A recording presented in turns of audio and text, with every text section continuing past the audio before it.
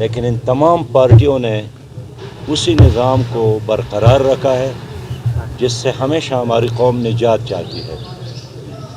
ابھی جو بجٹ وفاقی حکومت نے بھی پیش کیا ہے اور صوبائی حکومتوں نے بھی، یہ بجٹ بھی وہی پرسودہ نظام کے دستاویز ہے جس میں خوشنما نعرے ہیں اور حقائق سے دور دور تک اس کا کوئی واسطہ نہیں۔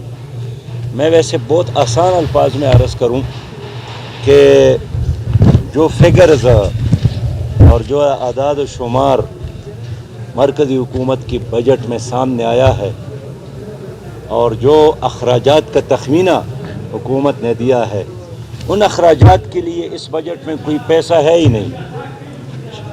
پورا بجٹ قرضوں پر بیس ہے۔ اس کے نتیجے میں مزید مہنگائی اور مزید سونامی ہے اور ایک تسلسل ہے۔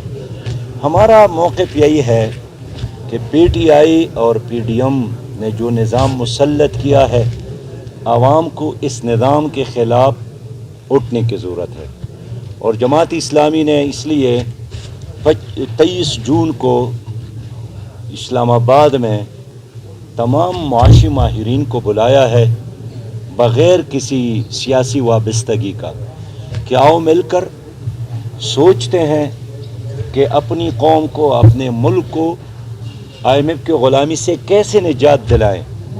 اس لیے کہ ان تینوں بڑے پارٹیوں نے ہمارے ملک کو بھی، ہماری قوم کو بھی، ہمارے حال کو بھی اور آئندہ نسلوں کو IMF کا غلام بنایا۔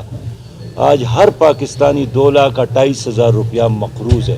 اس وقت میدان میں نکلے ہیں، اس نظام کے خلاف بغاوت کر رہے ہیں اور اس کو بدلنے کے لیے ہر جتن کر رہے ہیں، اور 23 جون کو ہم نے ماہرین کا اجلاس بلایا ہے، 25 جون کو ہم نے ٹرین مارچ کرنا ہے، اور 30 اور 31 جون تک یہ بجٹ ہمارا تو قومی اسمبلی اور سینیٹر سے، ممبران سے یہی اپیل ہے کہ ان کو مسترد کرے۔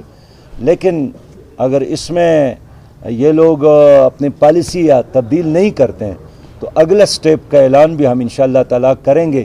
لیکن بنیادی کام یہی ہے کہ عوام ہمارا ساتھ دے۔ عوام ہمارا ساتھ نہ ہو تو کوئی جلسہ، جلوس، دھرنے نتیجہ خیز نہیں ہو سکتے ہیں۔ لیکن اب الحمدللہ آج میں مٹا آیا ہوں۔